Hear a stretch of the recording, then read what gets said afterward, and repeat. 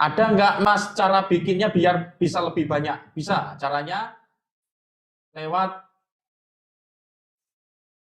Instagram bisa, atau lewat koneksi antara halaman dan juga WA bisnis. WA, halaman bisnis atau fanpage disambungkan dengan WA, itu bisa jadi business manager. Tapi secara umum tekniknya apapun itu, sekarang relatif lebih aman Mas bikin business manager ya. Insya Allah balik. Sebenarnya dia disable itu hanya ingin meyakinkan kita ini manusia atau robot. Mau dipakai spam atau mau dibuat bisnis beneran. Jadi dia hanya verifikasi. Jadi nggak perlu khawatir. Ya. Nah, kemudian bikinnya memang 2, tapi kalau teman-teman punya 2 akun profil personal, kemudian saling invite, berarti jadi berapa? 4. Makanya di sini bunganya akun profil, kemudian saling invite, akhirnya satu orang bisa handle banyak business manager. Jadi business manager itu ibarat kantor sebenarnya. Makanya setiap produk atau klien kami yang mau menggunakan jasa kami, itu kami sarankan pakai business manager dia. Jadi kami yang di-invite ke kantor dia. Jangan business manager kami. Biar apa? Biar dia nggak ketergantungan dengan kami. Misal, timnya sudah bisa ngiklan. Yo, biar timnya aja yang ngiklan. Nggak perlu kami yang bantu ngiklan. Next-nya loh ya. Nah, itu fungsinya. Kalau dia punya business manager sendiri, biasanya saya sama Mas Aji yang di-invite. Nanti selanjutnya, kalau timnya memang sudah bisa ngiklan, ya saya sama Mas Aji tinggal out dari BM itu. Beda ceritanya ada agensi lain yang harus pakai business manager dia dan akun dia. Jadi akhirnya ketergantungan ini harus pakai. Nah, saya sejak awal tidak merekomendasikan itu kepada klien saya. Kayak saya sendiri juga merasa bisnis itu tidak bisa ketergantungan pada apapun itu. Makanya termasuk misal dropship dari Shopee, tim saya pasti carinya supplier nggak cuma 1.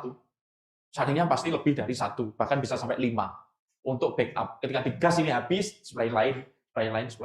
Akun juga gitu, akun 1 nggak cukup untuk backup. Akun profil personal nggak cukup 1. Harus punya banyak backup. Mas Haji itu nggak tahu punya berapa. Punya berapa akun? 100 lebih. KTP saya ada 10 akun. Satu KTP dipakai 10 akun maksudnya. KTP-nya teman-teman di sini bisa kan, kita bisa bikin Aji Teguh P, Aji Teguh Prabowo, Aji TP kan bisa. Aji Teguh 02 bisa. Itu ya. Aji Teguh Gemoy bisa. Gimana? Enggak masalah. Kan enggak mesti disuruh upload KTP. Saya punya akun namanya Indra Tarigan, nggak pernah upload KTP sampai sekarang. Akun itu dari mana yang ngasih? Tim saya dulu. Saya sudah lupa juga, ini dulu pernah upload KTP, nggak, setahu saya nggak pernah. Dan juga aman sampai sekarang. Akun saya cuma 1 itu, yang pakai iklan ya. Karena akun pribadi saya yang Bayu Adi Yulianto sudah restrict permanen. Saya pakai namanya akunnya Indra Tarigan. Itu jadi Mas Haji itu kalau invite saya ke BM klien, itu ya yang di-invite pasti Indra Tarigan itu. Statusnya cuma zikir tok, alhamdulillah, masya Allah, Allahu Akbar, gitu doang. Ini juga akun fake, gitu ya. Jadi nggak usah diambil pusing.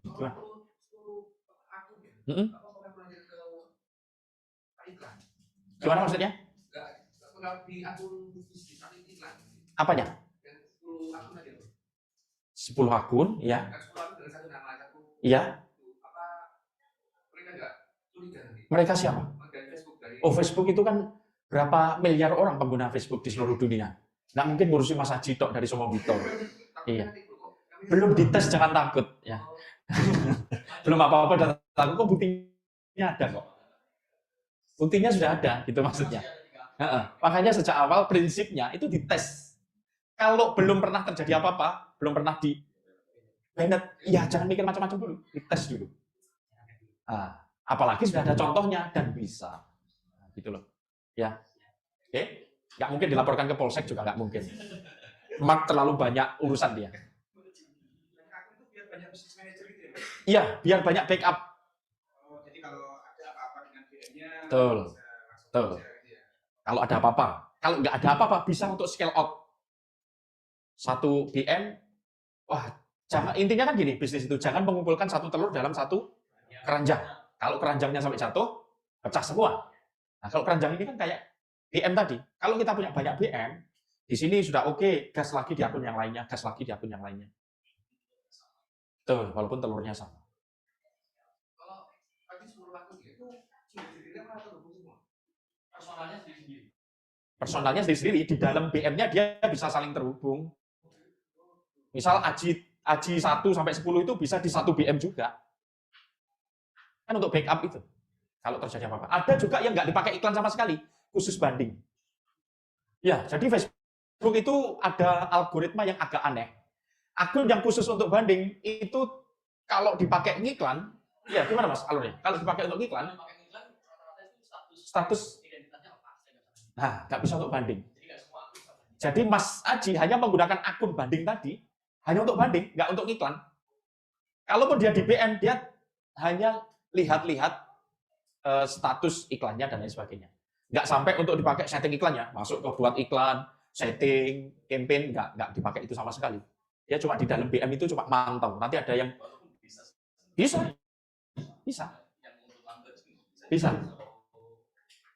Tapi memang digunakan hanya untuk banding. Banding kalau restrict, disable, bandingnya pakai akun khusus banding. Klasifikasinya. Iya. Gimana? Klasifikasinya gimana, Mas? Gini Pak, saya ini ada gambaran paling simpel. Saya ada 3 akun. Satu khusus akun banding. Artinya dia nggak pernah lolos verifikasi identitas dan bisa melakukan pengajuan banding kepada pihak Facebook. Iya, nggak semua akun tuh ada komponen itu kebetulan ada. Kalau BM rata-rata ada. Tapi biasanya aset di dalamnya kayak akun iklan, kemudian pixel, halaman itu nggak semua akun bisa mengajukan banding. Mungkin nanti kalau ada case ya teman-teman bisa invite akun personal saya kalau ada yang masalah saya bantu banding. Tapi kalau BM bikin awal itu langsung restrict, belum sempat invite saya udah restrict, bandingnya dari akun ini. Kalau lolos bisa dipakai akun khusus banding. Tapi konsekuensinya jangan dipakai setting iklan.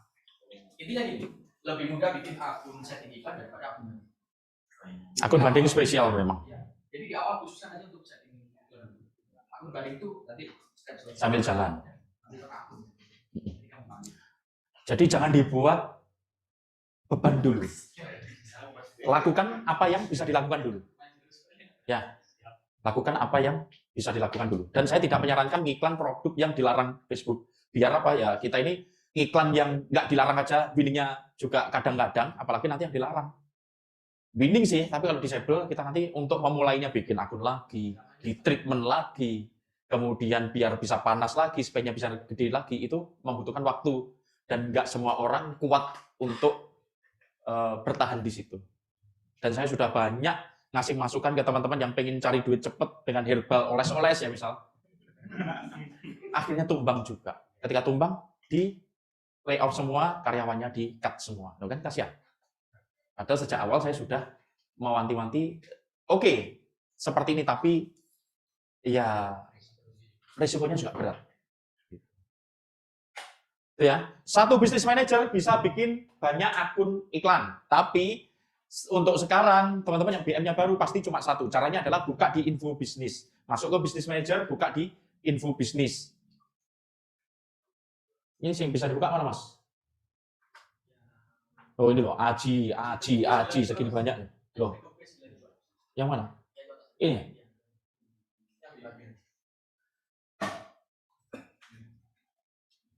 Nah, masuknya ke sini ya, ke info bisnis.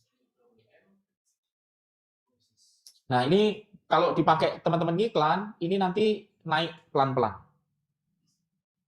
Itu ya, naik pelan-pelan untuk akun iklannya. Nah, ini 3, mati semua, Mas Bandi.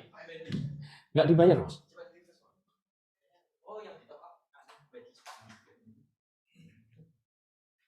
Nah, nanti punya teman-teman pasti kalau yang baru info bisnisnya 1. Ya, dibuka di info bisnis. Coba teman-teman buka info bisnis. Benar, 1 di sini. Nanti kalau dipakai iklan spend beda-beda ya. Ada yang 100.000 langsung dapat 3. Ada yang baru ditarik pertama langsung 3. Ada yang sudah ditarik beberapa kali tetap 1. Terus gimana Mas? Ya nggak apa-apa, dipakai terus. Kalau pengen spendnya cepat, berarti nanti klaim aja yang disewa.in. Kan gratis, teman-teman dapat, nggak perlu sewa. Gratis, langsung dipakai untuk gas-gasan. Bisa. Dengan tetap manasin akun yang bawaan BM itu sendiri. Paham ya? Contohnya seperti ini. Ini akun milik CV Megapon ini ada 3. Nah, akun yang dari kami disontek ya, diinjek atau di-invite di BM ini ada 1. Jadi memang setiap BM itu bisa saling invite akun untuk digarap bareng. Ya. Misalnya saya punya BM saya, ya. saya invite Pak Haji. Ya. Jadi sebenarnya saya sama Pak Haji setara ya untuk mengelola. Iya, bisa setara, bisa enggak. Role-nya bisa dibuat Mas Aji ini hanya sebagai aksesnya karyawan, itu bisa. Berarti nggak bisa. Admin penuh kalau nggak salah ya Mas. Kelola penuh yang bisa. Bisa. Bisa. Bisa banding sebagai akun banding. Betul. Betul. Yang saya share nanti ya banding. Ya akun saya bisa investasi.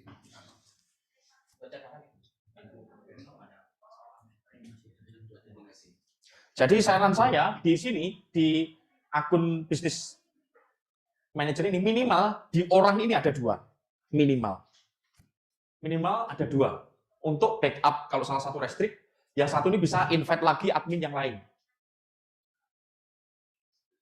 Ya. Karena restrict itu bisa akun personalnya tok, halaman Facebooknya tok, bisnis manajernya tok, akun iklannya tok, bahkan pixelnya tok ada. Jadi yang dibatasi oleh Facebook itu bisa akun personalnya, bisa bisnis manajernya, atau bisa semuanya, bisa. Kalau yang di restrict bisnis manajernya, akun personalnya, akun profilnya masih bisa jalankan akun iklan di BM lain. Paham ya? Jadi misal akun profilnya namanya Bayu. Akun profilnya namanya Bayu. Bisnis manager ini itu disable oleh Facebook karena dianggap pelanggaran. Seluruh aset yang di dalam ini nggak bisa dipakai. Sampai bandingnya di ACC, disetujui. Nah, tapi akun personal ini bisa jadi admin di sini. Bisa jalankan iklan di sini. Aman. Tapi kalau akun personal ini yang di-disable, dia nggak bisa di sini, nggak bisa ngiklan di sini, nggak bisa ngiklan di sini. Tapi admin lain bisa ngiklan di sini dan di sini. Paham ya? Kalau halaman fanpage-nya yang di-disable, ya halaman ini tok. Kita bisa bikin halaman lain yang dipakai untuk ngiklan. Iya, betul. Makanya mana yang disable, nggak perlu panik. Harus dipahami mana ini yang disable. Kalau yang disable dalam satu bisnis manager, satu akun iklan yang disable, ya akun ini tok yang nggak bisa dipakai, akun lain bisa. Contoh.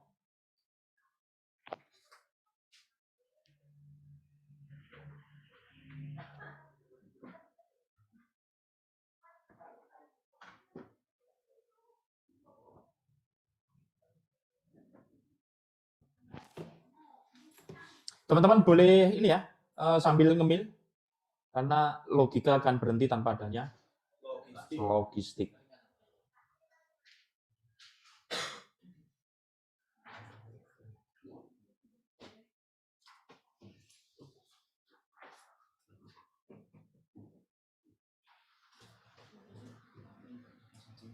Nah, contoh ini ya, ini ada banyak akun iklan ya di sini. Yang disable, yang disable 1. Ya wes, yang disable ya cuma ini, yang lain bisa dipakai. Ya, dalam satu BM. Akun iklan di dalam BM. Di BM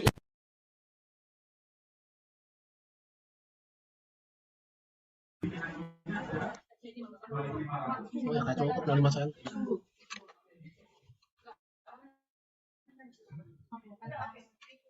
Tanya, ya wes, ya cuma 1 tuh yang nggak bisa dipakai, yang lain bisa. Tuh, di situ ini. Untuk yang di-invite di situ, akun kita aja atau boleh? Yang di-invite di mana? Yang di orang tadi, yang di pengguna itu. Nah, ini yang dimakan misalkan ini Mas sampai ini Mas Aji sama Mas Bayu ya.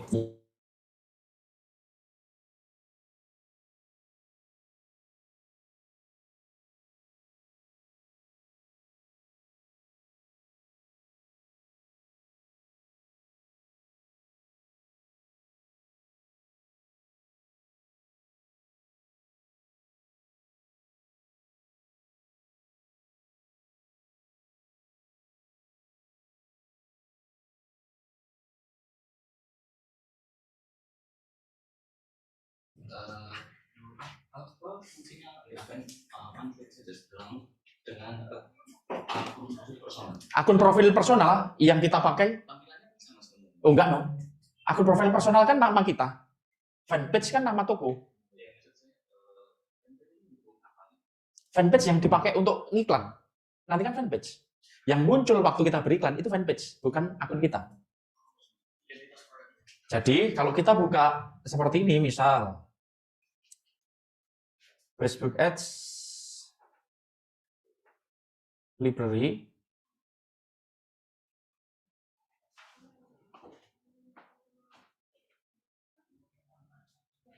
sepatu misalnya.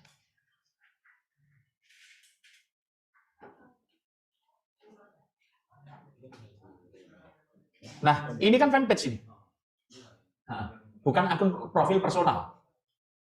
Tapi kan di fanpage itu bisa diisi sesuai Apa? mirip-mirip dengan yang di atas yang di akun profil personal itu. Oh enggak. Jadi fanpage ini ya toko. Yang kita isi di situ ya barang dagangan kita. Oh, harus berdagang. Iya. Berupa produk ya. Iya. Penjelasan apa. Oh bukan, produk.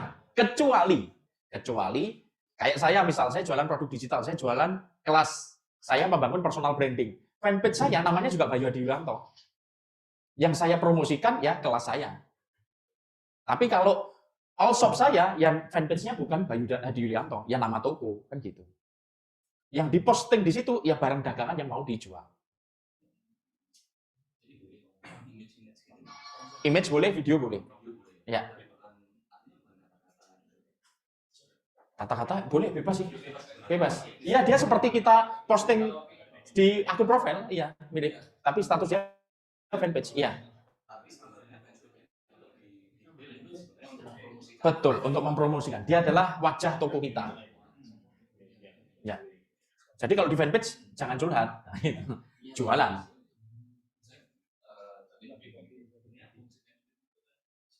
Bisa diperlakukan sama seperti akun profil tergantung yang mengoleh. Betul. Jadi dia postingannya juga nulis bold dan lain sebagainya ya.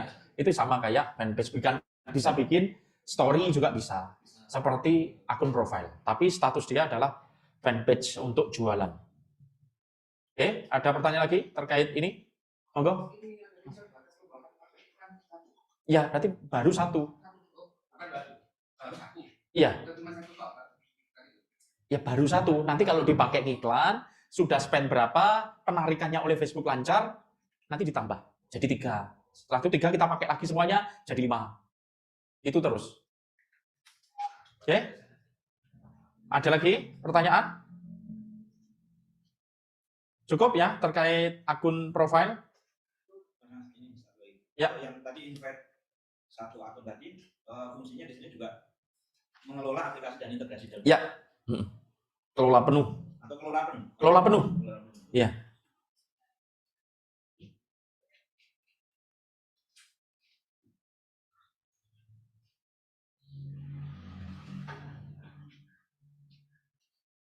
Akun BM sama akun iklan itu harus satu nomor. Akun BM sama akun iklan nomor apa? Oh enggak ada hubungannya. Enggak ada hubungannya. Akun profil memang butuh HP.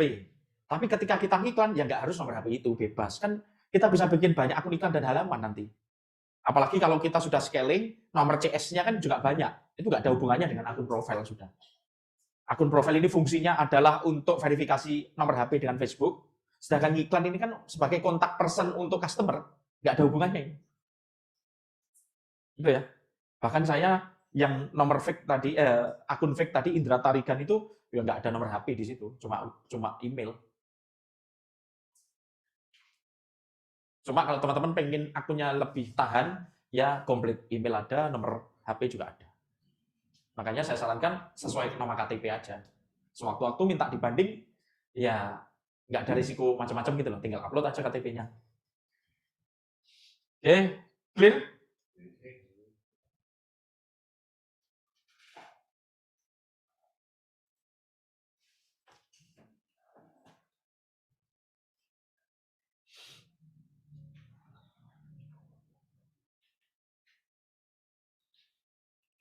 Selanjutnya kita bahas tentang alur iklannya di Facebook Ads. Alur iklan di Facebook Ads itu seperti ini. Ngiklan Facebook diarahkan ke landing page. Atau ngiklan Facebook diarahkan ke WA. Mana Mas yang paling sering digunakan? Ngiklan Facebook pakai landing page. Kalau saya. Pernah nggak Mas ngiklan Facebook Ads langsung ke WA? Pernah. Garap iklannya Mas Pian. Jualan durian di sekitaran Jombang. Iklannya Facebook langsung ke WA. Kenapa nggak pakai landing page? Kesuwen. Nggak usah dijelaskan, orang-orang sudah tahu rasanya durian. Dia cukup tahu di mana sih tempatnya yang jualan, kan cuma gitu. Tapi kalau ini diiklankan untuk produk-produk Shopee dan lain sebagainya, atau produk lainnya yang iklannya seluruh Indonesia tidak recommended. Saya sudah tes beberapa kali. Yang WA. Makanya kita fokusnya bahas yang landing page. Ya. Kalau misalkan saya produk custom, kalau biasanya ke landing page itu, banyak yang sudah sampai landing page dia nggak klik di tombol WA-nya. Berbeda ketika dia langsung klik di tombol WA, kemudian langsung kita follow up. Ya. Jadi kita langsung carinya nomornya itu dulu untuk kita follow up. Karena kalau custom itu kan customnya apa, Mas? Custom jersey. Oke. Terus perlu logonya seperti apa, desain partnya seperti apa, kan kita nggak bisa menentukan. Ya. Sehingga kita masuk di landing page itu banyak yang juga malah masuk ke sini, nggak langsung bisa kontak WA-nya. Ya. Terus pertanyaannya? Pertanyaannya kalau model seperti itu tetap pakai landing page dengan itu yang dievaluasi kualitas landing page-nya, atau memang pakai landing page itu tidak lebih efektif daripada? Berarti saya perlu tahu datanya dulu. Ketika di landing page diiklankan datanya seperti apa. Itu satu. Yang kedua, saya butuh tahu landing page-nya seperti apa strukturnya. Ya. Kemudian yang ketiga, sudah pernah iklan Facebook Ads langsung WA. Akhirnya setelah itu model saya lihat, itu kan lihatnya saya delete-nya besar, tapi nggak sampai di chat WA. Itu kalau landing page. Kalau langsung ke WA? Langsung WA langsung masuk banyak. Banyak, tapi closing rate-nya? Yang ngechat 10, yang closing berapa? Kan ketika itu saya hitung yang ngechat itu 50 gitu. Yang closing di saya itu ada sekitar 15. Nah, berarti bagus. Ya. Yang teknik ini nggak perlu ditinggal. Tinggal optimasi lagi di landing page. Gitu ya. Saya kalau ada kasus yang berbeda seperti itu, saya selalu mengusulkan yang pernah diperbuat apa? Misal WA Mas, profit nggak? Profit. Berarti yang itu jangan ditinggal. Kalaupun pengen nyoba landing page, berarti statusnya testing lagi yang versi landing page. Karena ketika di landing page, orang itu berarti sudah baca dulu, oh ini testimoninya, oh ada di daerah sini, ternyata ordernya nggak harus banyak, order satu pun bisa. Betul kan? Beda kalau langsung WA, harus tanya dulu, kainnya seperti apa, desain seperti ini berapa, boleh nggak custom satuan. Benar nggak? Nah, filter itulah yang kita butuhkan ketika orang harus ke landing page dulu, biar dia baca-baca dulu. Kita itu posisi di Jogja, nanti waktunya sekian, harga kalau beli satu sekian, kalau satu losen sekian, kalau dua losen sekian, kalau 50 ke atas bisa nego berapa, misal gitu. Dan kalau landing page itu bisa masukkan pixel, kalau yang di WA kan nggak bisa. Iya, betul. Cuma kalau di WA langsung dapat nomornya.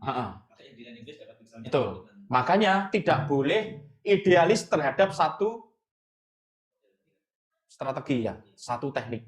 Kalau teknik ini sudah profit, katanya Mas Bayu nggak pernah profit pakai yang WA kecuali jualan durian di lokal. Wes punya aku walaupun profit, tak stop lah, aku manut Mas Bayu landing page, itu juga salah. Kalau sudah pernah profit di sini, jangan ditinggal. Jadi pakai landing page-nya adalah pengoptimalan di teknik yang lain. Itu ya, nanti kualitas audiensnya juga pasti berbeda. Jadi saya harus tahu dulu di landing page-nya seperti apa, funnel-nya seperti apa. Oke, kita bahas yang landing page ya. Landing page ujungnya juga ke customer service, baik lewat form atau langsung tombol WA. Ya, di dalam landing page-nya diklik tombol langsung ke WA bisa, atau ngisi form dulu. Seperti punya Mas siapa tadi? Mas Saiful yang ada form, ada WA. Tapi kalau produk herbal saya sarankan langsung WA. Ya, saya sarankan ke WA aja dulu. Biar orang itu konsultasi dulu. Karena orang butuh tanya-tanya dulu. Minumnya berapa kali sehari? Ini cocok nggak? Ini ada. Kalau saya punya penyakit, oke, aku pengen mengatasi kolesterol, tapi aku juga punya diabetes. Aman nggak madu ini? Pasti ada pertanyaan-pertanyaan seperti itu. Tapi sudah saya tulis Mas di landing page, tidak semua orang itu membaca full landing page. Bahkan teman-teman di sini, waktu daftar kelas ini pasti juga tanya-tanya dulu, ya kan?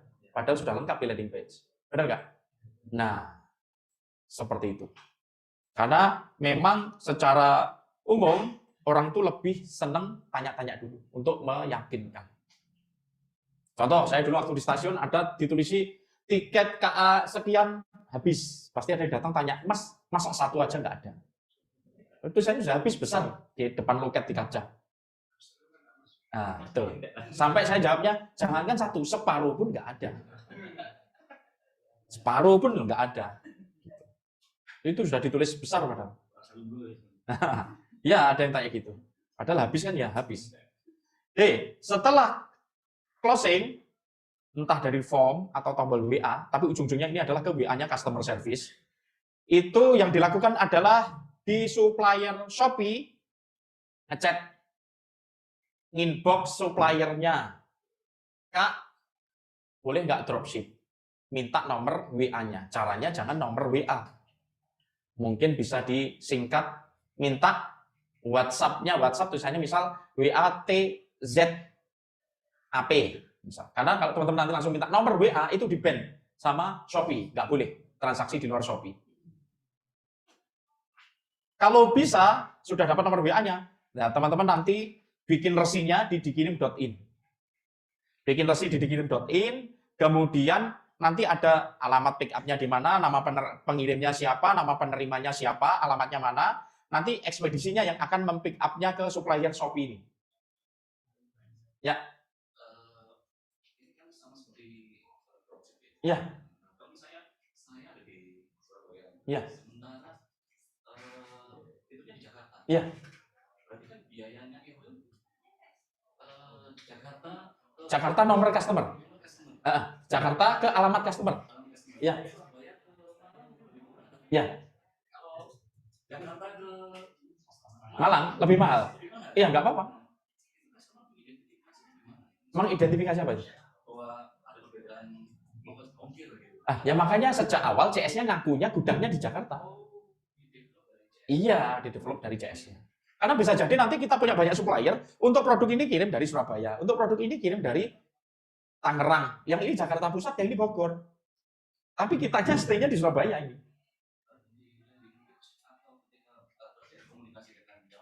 Iya. Tidak perlu. Posisi kita mungkin di Jombang, tapi enggak kok, mereka itu enggak tanya posisi kita. Yang ditanyakan dikirim dari mana. Betul. Makanya kita boleh nanti mengumpulkan banyak supplier di banyak tempat dengan berbeda-beda produk.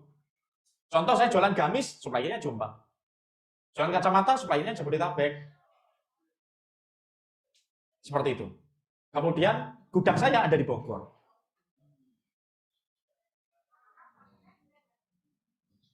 Nah, setelah itu nanti penjelasannya penggunaan dikirim.in ini seperti apa, nanti ada tim dikirim yang menjelaskannya. Ini saya bahas tentang alurnya saja.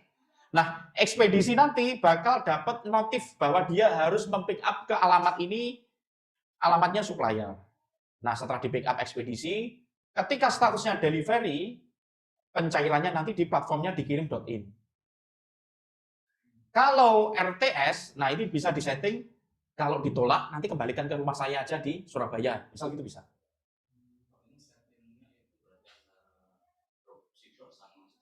Ya. Iya, harus terjadi deal dulu. Di WA.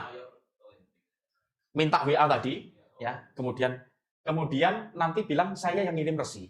Nah, minusnya di sini kita harus bayar produknya dulu. Ya kan? Sebelum di pick up mereka mesti totalan. Ini ada 5, Pak. HPP-nya 20.000 berarti 20.000 kali 5. HPP-nya dibayar 100.000 kita transfer ke supplier Shopee. Kemudian baru di pick up oleh ekspedisi yang atas perintah platform dikirim.in tadi. Kalau RTS disepakati saja, Kak, supplier, nanti kalau ada barang yang tidak diterima oleh customer, saya alamatkan ke gudang sampean lagi ya, tapi itu statusnya nanti jadi stok saya, karena kan sudah tak bayar di depan. Kalau itu COD. Iya, COD. Kalau nggak COD, enak. COD kita sudah bayar kita dibayar sama customer, kita juga bayar ke supplier. Sudah, nggak mungkin ada RTS. Yang ada adalah delivery. Makanya nanti ketika withdraw ini atau pencairan di dikirim.in, yaitu nilai COD-nya. Produknya 20.000, kita jual 150, ongkirnya 30.000 jadi 180 misalnya. VCOD 5.000, 185. 185 nanti cair di dikirim.in adalah 150 karena ongkir plus VCOD masuk ke ekspedisi secara otomatis oleh dikirim.in dipotong. 150.000 itu harga jual kita masuk ke kita. Profit kita 130.000. Yang 20.000 kan HPP yang sudah kita bayar ke supplier tadi. Ya. Betul. Semua transaksi dan yang dikirim. Sistemnya di dikirim.in. Pencairannya juga di dikirim.in. Termasuk pencairan cashback 25% dari yang saya simulasi tadi, ongkirnya 30.000, itu juga masuk ke kantongnya dikirim.in. Jadi teman-teman nanti dapat cashback 25% dari ongkir. Kalau ongkirnya kok sampai 1 juta sehari, berarti cashback-nya 250.000 sehari.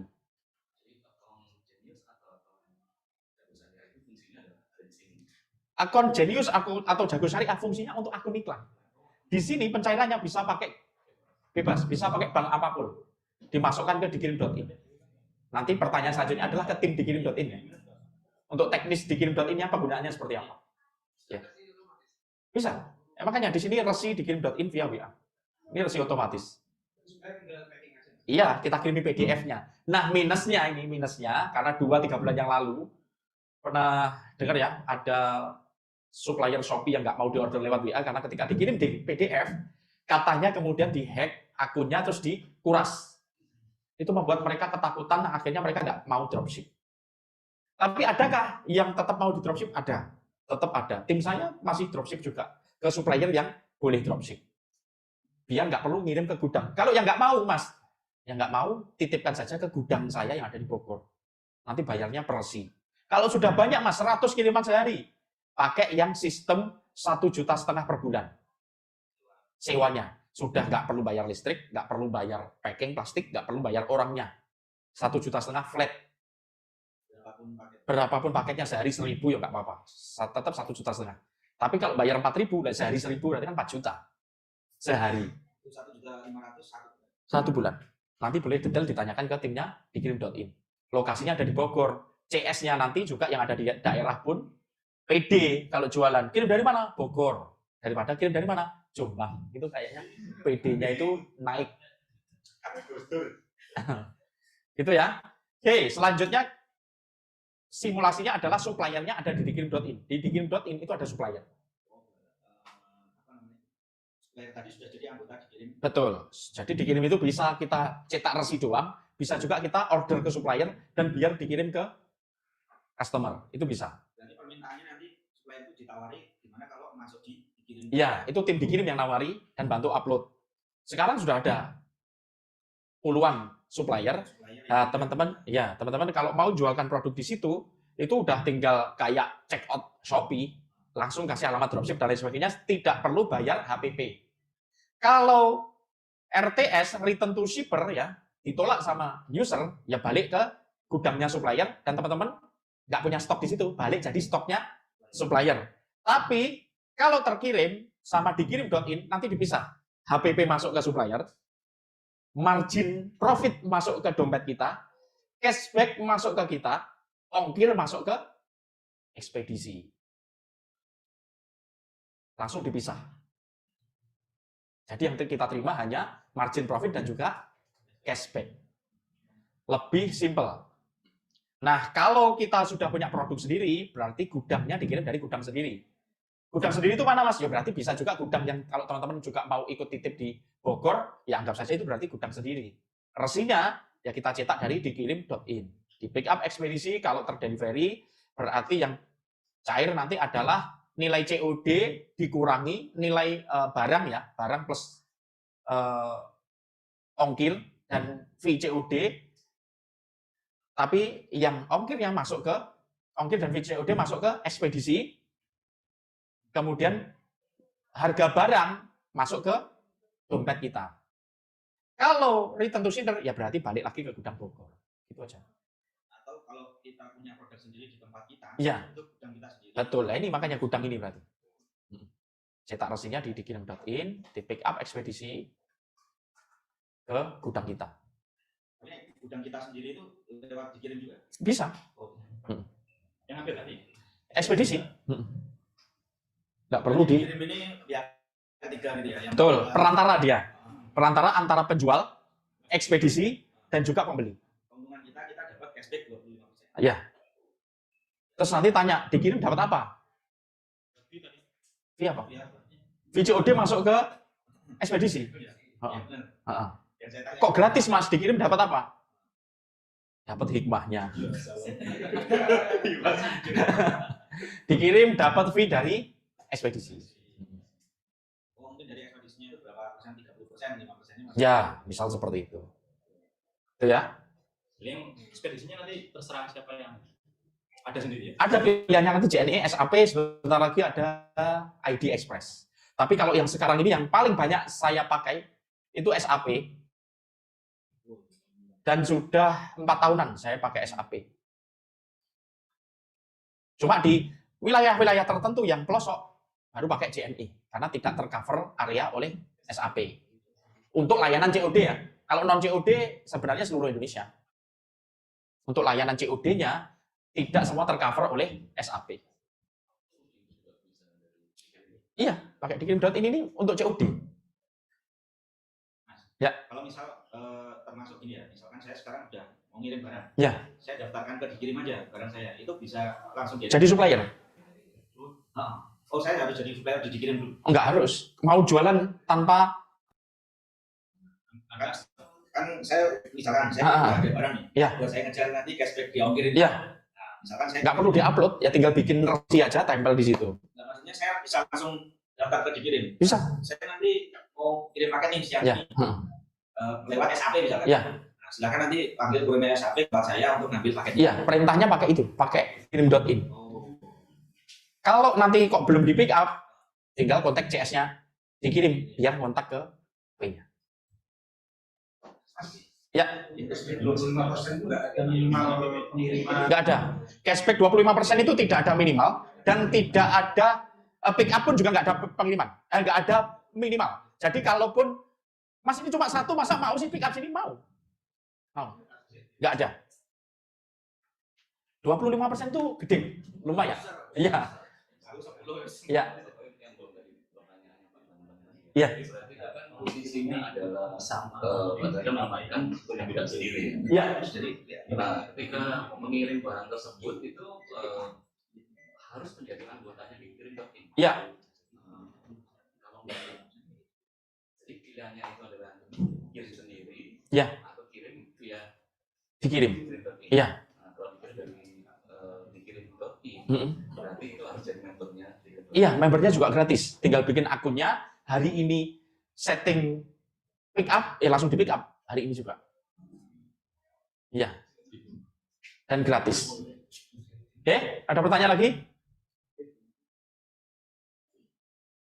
Antara untuk Shopee, Ya. kita bisa menemukan bahwa di Shopee itu sebagai supplier atau dropshipper supaya kita bisa ngambil barangnya di Shopee itu gimana cara untuk identifikasinya? Maksudnya gimana? Saya kan mau jualan. Ya. Jualan pakai FBS. Ya. Nah, barang saya itu ngambilnya di Shopee. Ya. Nah, Shopee kan ada supplier, ada dropshipper. Nah, untuk membedakan akunnya di Shopee itu supplier atau dropshipper, gimana? Oh, nanti dijelaskan di riset produk. Jadi riset produk nanti juga membahas tentang ciri-ciri supplier tangan pertama itu seperti apa. Itu ya. Oke. Customer kan tidak selalu pilih SAP dalam pengiriman. Kalau misalnya di beberapa kayak di Shopee ya, saya jarang sekali pengiriman itu lewat SAP. Ya, tapi kalau di produk kita iklan di Facebook Ads, rata-rata mereka nggak milih ekspedisi. Yang penting COD. Ya. Yang penting nyampe. Mbak, tolong manggil Mas Ganisa. AC ini kok kurang adem. Anaknya mau mulai membara ini.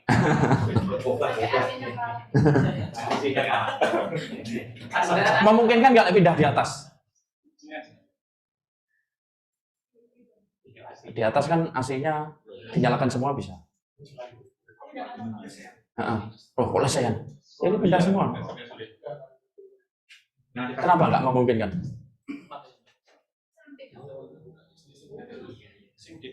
Yang ada kasurnya itu. Iya. Tes ya. Jangan les ya. Ini masih Di sini ya. ini masanya ya. Sini kan tidak apa-apa. Pindah sini. Soalnya ini nggak dingin. Mulai Sudah 16. Iya, ya belakang. Situ dingin nggak?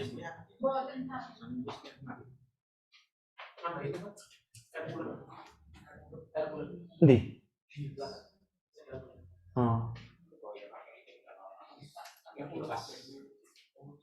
Terus pintu itu ditutup terus, Mbak? Lah ya. Oh enggak, itu. Ini enggak apa-apa, ini dingin. Situ ya dinyalakan. Oh, itu dinyalakan terus corona masuk sini. Oke. Untuk alur ini ada pertanyaan? Sudah ya?